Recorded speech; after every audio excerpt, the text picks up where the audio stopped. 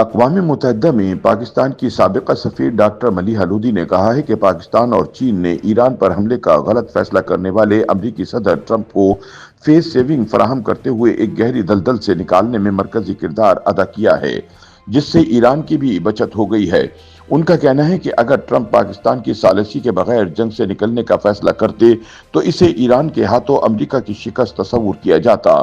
دوسری طرف اگر وہ جنگ جاری رکھتے تو امریکہ ویتنام اور افغانستان جیسی دلدل میں دھنستا چلا جاتا۔ ڈان اخبار کے لیے اپنے سیاسی تجزیے میں ڈاکٹر ملیحہ لودھی کہتی ہیں کہ تنازع طویل ہونے سے امریکہ ایک ایسی جنگ میں پھنستا جا رہا تھا جس میں اس کی کامیابی کے امکانات نہ ہونے کے برابر تھے، کیونکہ ایران نے غیر معمولی مزاحمت اور غیر روایتی جنگی حکمت عملی کے ذریعے صورتحال کو اپنے حق میں موڑ لیا تھا۔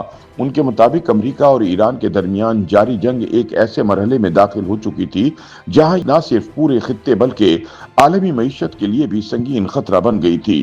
ان کے خیال میں یہ جنگ کسی ایک فریق کی کامیابی کے بغیر جاری رہتی تو اس کا نتیجہ بڑی تباہی کی صورت میں سامنے آتا۔ ڈاکٹر ملیحہ لودھی کا کہنا ہے کہ جنگ بندی کے لیے پاکستان اور ترکی کے علاوہ چین نے اہم ترین کردار ادا کیا، جس کا اعتراف خود صدر ٹرمپ نے اپنی ٹویٹ میں بھی کیا ہے۔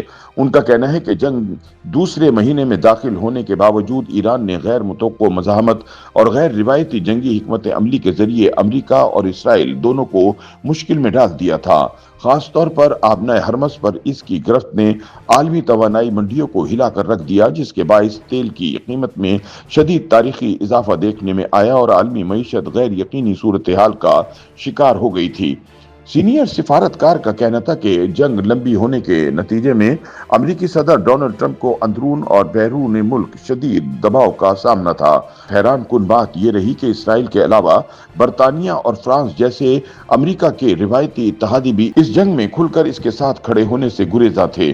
اس صورتحال نے امریکہ کو سفارتی سطح پر تنہائی سے دوچار کر دیا تھا، جبکہ اندرون ملک جنگی مخالف مظاہروں میں بھی تیزی آ رہی تھی۔ حالات اس نہج پر پہنچ گئے تھے کہ امریکہ میں ٹرمپ کے مواخذے کا مطالبہ شروع ہو گیا تھا۔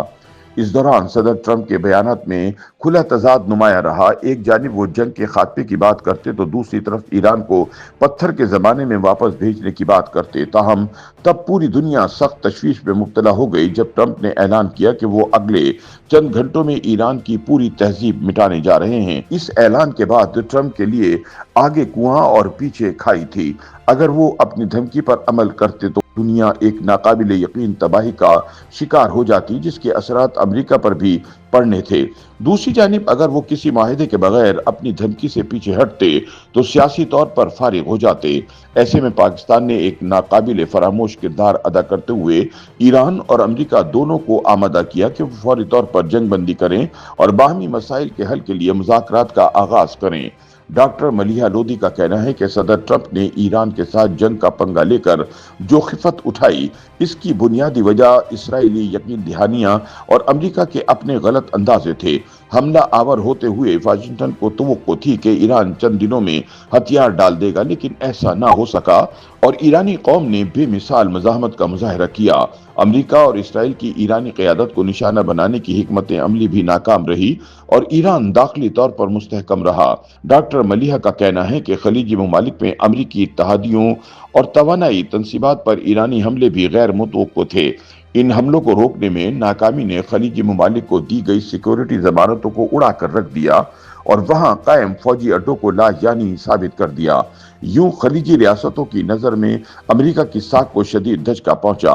ایسے میں یہ کہنا بے جا نہ ہوگا کہ واشنگٹن کے پاس اس جنگ میں کودنے کے لیے کوئی جامع حکمت عملی موجود نہیں تھی۔ ادھر صدر ٹرمپ کی جانب سے ایران کو دی جانے والی ڈیڈ لائنز بھی غیر مؤثر رہیں۔ ہر ڈیڈ لائن دیتے وقت صدر ٹرمپ نے ایران سے معاہدے کا مطالبہ کیا اور بصورت دیگر اس کی توانائی کے ڈھانچے کو نشانہ بنانے کی دھمکی دی۔ تاہم ایران نے ان دھمکیوں کو خاطر میں نہ لاتے ہوئے سخت موقف اختیار کیا، جس سے امریکی صدر کو مزید شرمندگی کا سامنا کرنا پڑا۔ ڈاکٹر ملیحہ لودھی کا کہنا تھا کہ برطانوی وزیر اعظم اور فرانسیسی صدر سمیت کئی یورپی رہنماؤں نے ایران مخالف جنگ میں امریکہ کا ساتھ دینے کی بجائے اس پر کڑی تنقید کی اور جنگ میں عملی شرکت سے انکار کر دیا۔ اس اختلاف نے نیٹو اتحاد میں بھی درار ڈال دی تھی۔ تاہم اب یہ ثابت ہو چکا ہے کہ سپر پاور ہونے کے باوجود کوئی بھی ملک صرف فوجی طاقت کے ذریعے مطلوبہ نتائج حاصل نہیں کر سکتا۔